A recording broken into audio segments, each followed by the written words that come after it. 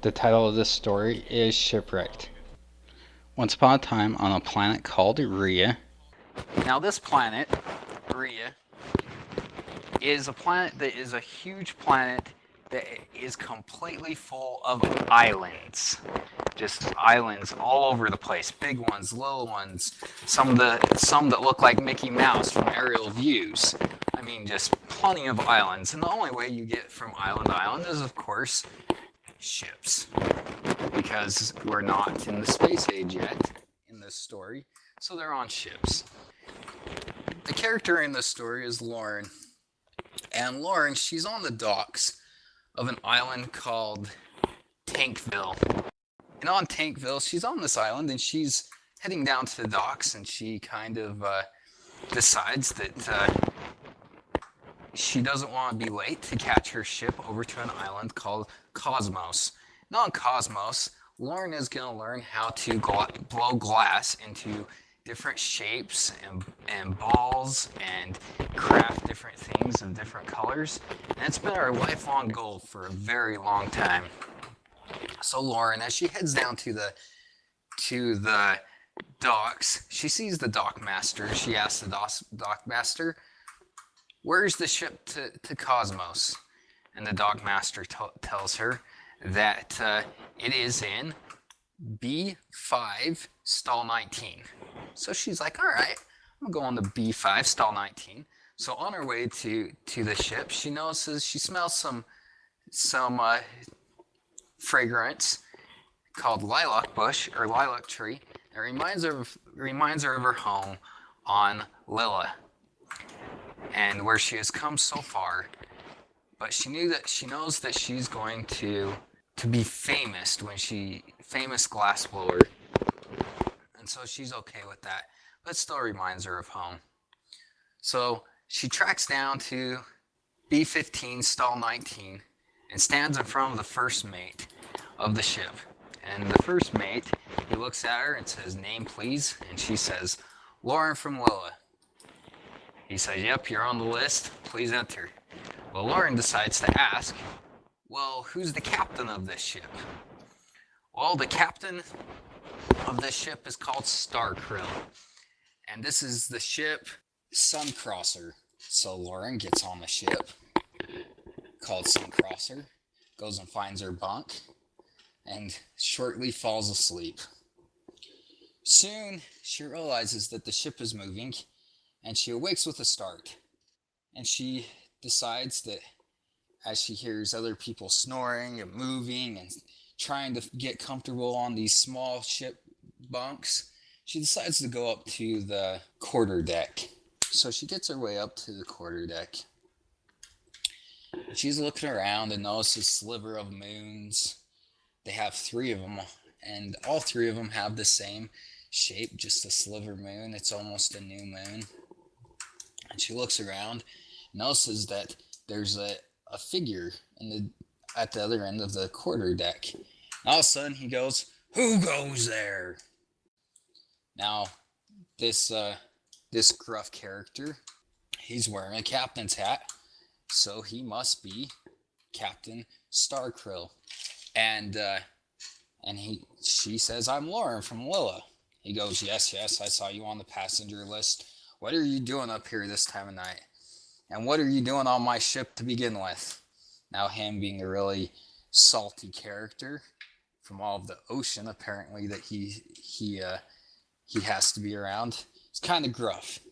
She kind of looks him over and notices that he's tall, lean, and he has a scar underneath his eye. Now, of course, he sounds like he's about ready to kill someone at any moment, so she treads lightly. And she says, "Well, I couldn't sleep. I went to sleep early and I couldn't sleep. So I'm up here getting some fresh air, and I'm on my way to Cosmos." And he goes, "Ooh, Cosmos, the land of the glassblowers." Yes, said Lauren. Says, "Sounds good. So, do we expect a good trip this time, Captain?" said Lauren. Oh, you never can tell. It's quite smooth water, smooth sailing usually, but as you get too close, you always have your sea creatures, big jellyfish. You have your storms that form within minutes, are gone within minutes, but terrible. And you, of course, have pirates. So Lauren kind of shivers and says, "Pirates? I thought pirates were all eradicated from these ocean seas." Well, of course, the United Isles Treaty did take most of them out, and their leader Drago, it has presumed to escape all of the hangings, but he's out there, said Captain Starkrill. Now, pirates. Do you really think that there's many pirates there? Said Lauren. Oh, don't worry about him. Just run off and go back to bed. So Lauren decided that was a pretty good idea, being filled with thoughts of jellyfish, pirates, and storms that come out of nowhere. So she heads back to bed, goes to sleep, and finds herself the next day in the dining hall slash the dining quarters of the ship, and she decides that she sees some kids about her own age over on the side, and goes and introduces herself. "Hi, I'm Lauren," she said. Well, the first one said, "Hi, I'm Kelly." Now he was tall, probably about 6'2", just full of muscle and lean, just looked like he was ready to be in a fight. Now the next one was Misty, red hair down past her shoulders, fiery with reddish green eyes. Don't ask me how those two work together in eyes, but they do. And very polite and very happy. And then the last one's name was Quacky. Now Quacky was average height, average build, and he had big old forearms. Well, Lauren looked at him for a second and decided that he was from the island of Wells. Wells was known for their blacksmiths, and it looked like Quacky was definitely one of them. And sure enough, as they got talking, Misty was from the island of Artrus, which they make crafts and reefs. Kelly was from the island that they specialize in sports such as swimming and some unknown kind of obscure thing called water polo. And then of course Quacky was from the island of Wells. And they got talking and they became good friends.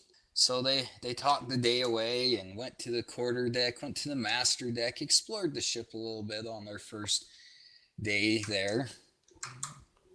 And knowing that the trip would be about 3 days. Now the first day and night went pretty much without a hitch. Second day came, second night came. Nothing. Pretty good, just chatting.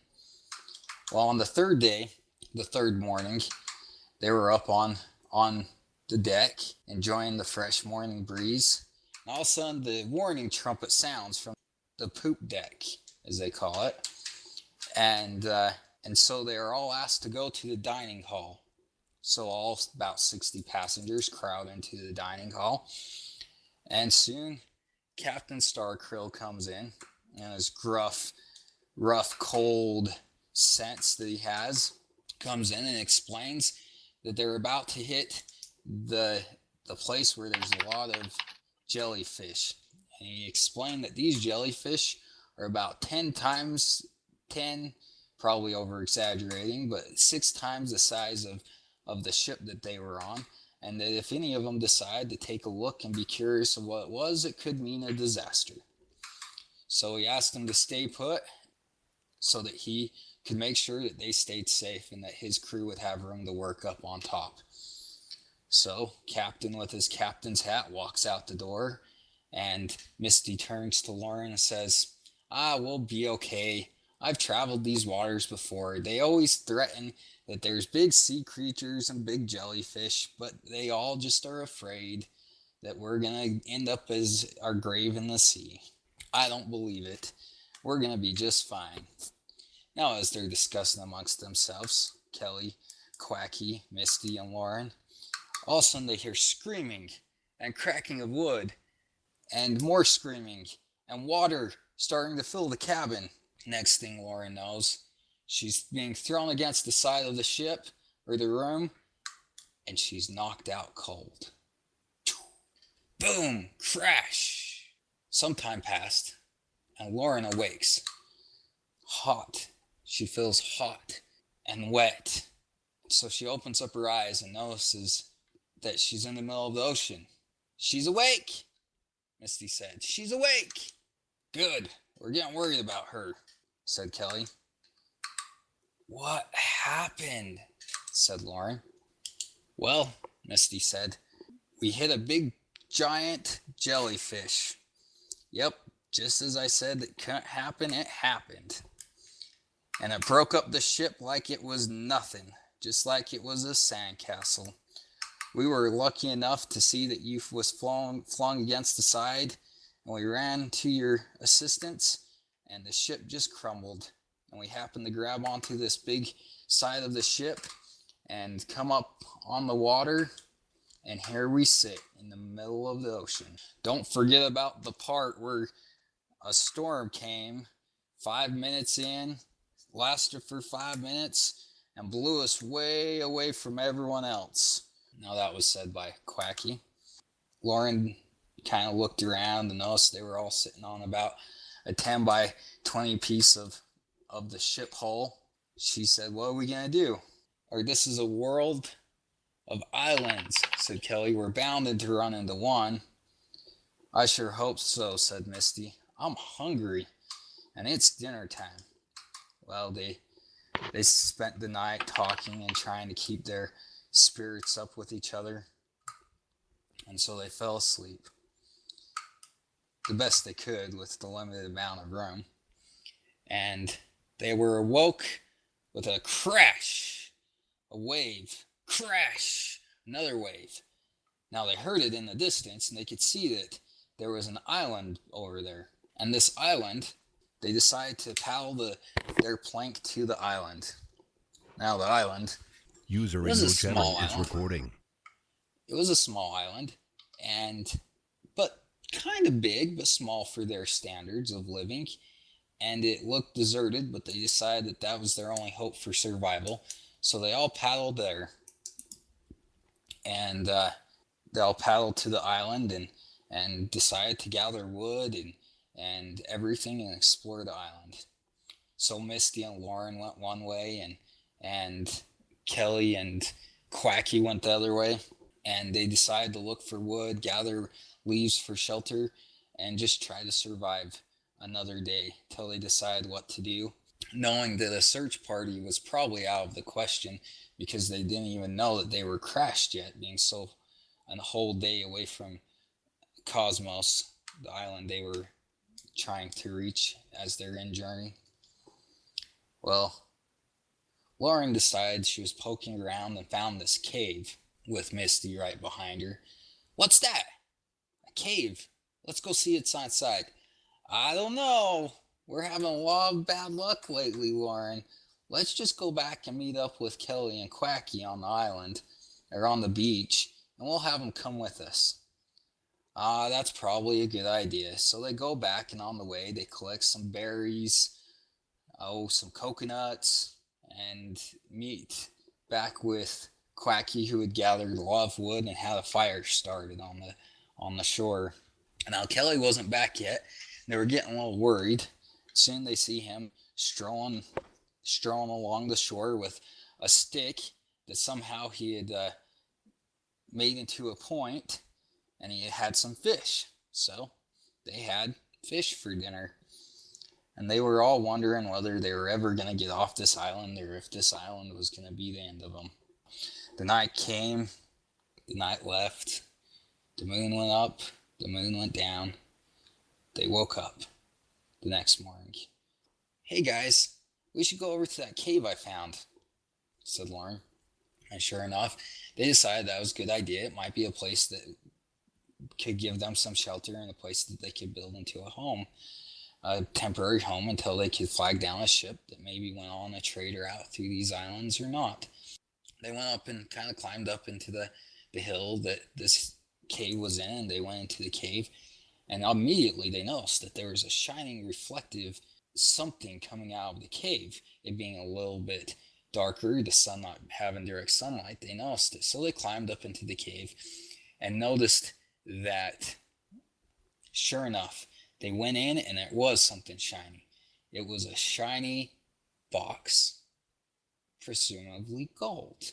Well, they all gathered around the box, and sure enough, as Quacky's experience with metals, he's like, this is gold.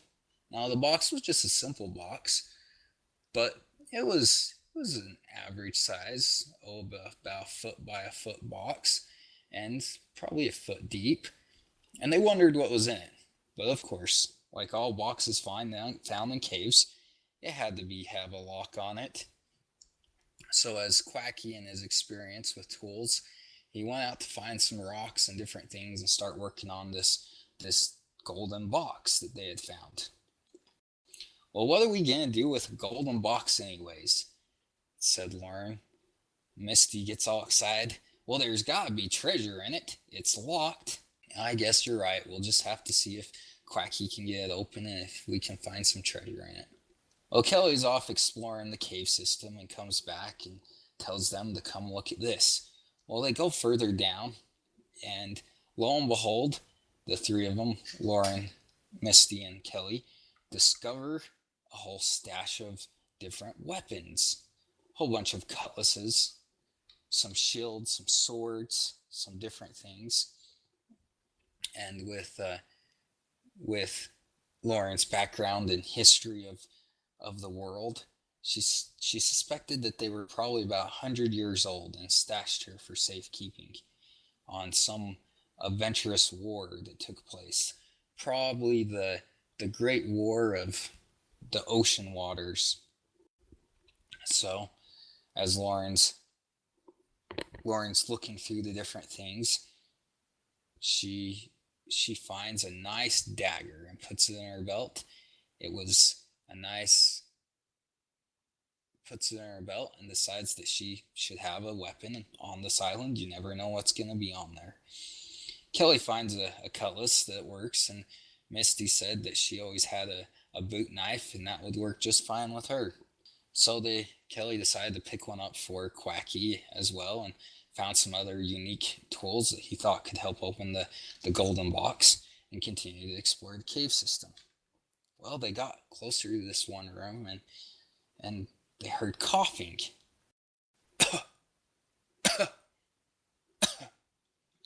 And they kind of wonder and are afraid, and they hurry and run back to where Quacky is. Quacky, with a start, looks up at him and says, "What's wrong?" And they said, "We heard coughing. We're not alone on this island." And Quacky receives this sword from Kelly, and they decide that they're going to go figure out who's coughing and who they are and if they can help him get off this island. So they go further into the cave system and back to where this little branch and where they heard the coughing from. And sure enough, they see this draping of different palm leaves and different things on the covering of it. And it's kind of in form of a curtain, and they spread the leaves apart. And there's a guy laying on the other side, and he's old. Well, he looks old, but he looks practically starved to death. And there's a small rock with some food and different things, and knife and fork and utensils for eating. And then he has a small little fireplace in it. Well, he kind of looks over at him and he's like, "Who goes there?" And Kelly says, "Who are you?" "Who am I? I once was someone. That's who I am." Well, Misty and Lauren decide that they'll attend to him, having the more medical knowledge, and they ask him what's wrong. I have a cold, and it's gonna kill me. And he says, who are you guys, and why are you here on my island? We were shipwrecked, said Kelly. Shipwrecked, and we hit a big jellyfish. Yep, they'll do that. And here we are, the only known survivors. We're here, and we're here to stay. Is the only way you know to be off the island? Said this old man, or said Kelly. Yes, there's a way off the island. Will you tell it to us? Will you help us get off the island? Well, why would I want to do that? This is my island. It's my home. Well, as they discussed and talked to this old man, they were pretty sure that he was a pirate and he had ran away from the imperial army and of the different islands and different kingdoms that have formed, and that he was there. Well, they helped him out. They made him some broth, and he told them about the island and what roots would help him get better and what to look for, and they went and gathered them. Well, soon he was becoming their friend, and a day passed, and a week passed, and another week passed, and finally Lauren asked, and she really was thinking that her days of and her dream of being a famous glassblower wasn't gonna come to pass. So she asked this old man what his name was, and he said that his name was Pop, but most of them knew him as Drago. And they all jumped back and they said, Drago the pirate? The famous Drago, king of all pirates? He said, yes, king of all pirates. 1,000 pirate ships under me at one time, till the war happened and the Isle Treaty, and well, I decided the best thing I could do was run away.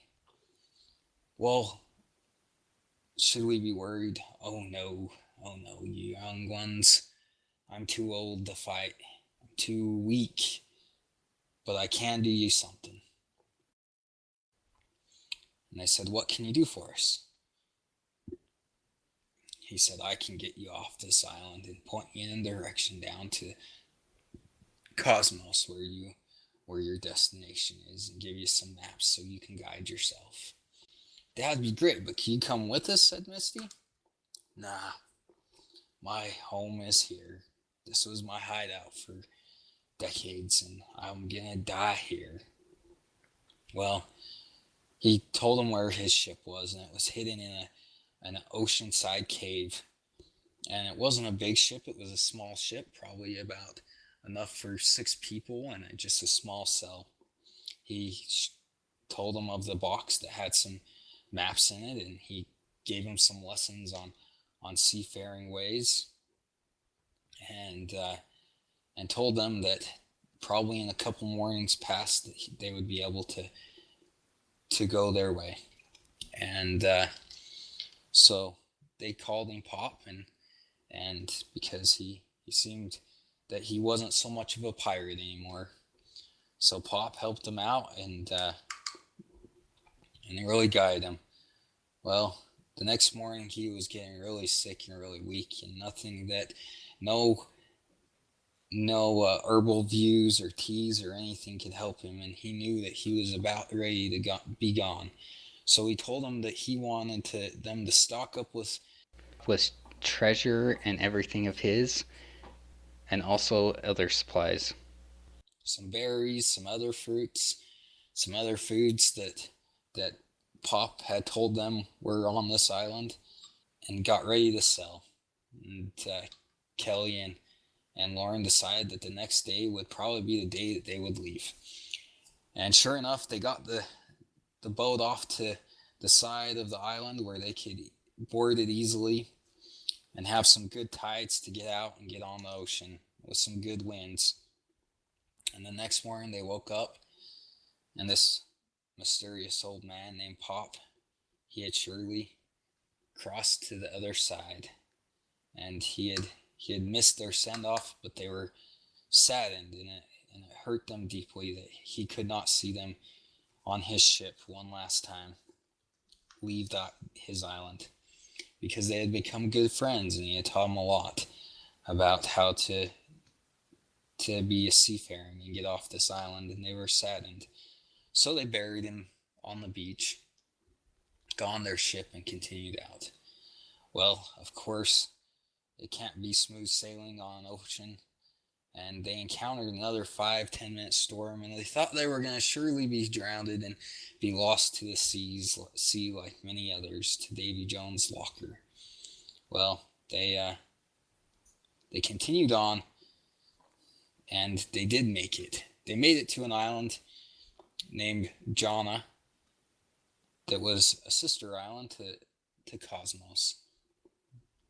And every year to this day, to the end of their lives, they met together on Cosmos, and met together, them four: Kelly, Quacky, Lauren, and Misty, and you remembered their shipwrecked experience. Now, it's kind of strange. Lauren became a famous glassmaker and opened up a blown glass shop called Lauren's Trinkets. Well, Misty, she married some rich guy and had lots of kids. Kelly became an Olympian, swam the oceans many times over, and Quacky, no one knows quite what Quacky did, but it's Quacky. Who really does know? And like I said, they met together and they drank a toast to old pirate Drago, or as they knew him, Pop. The end.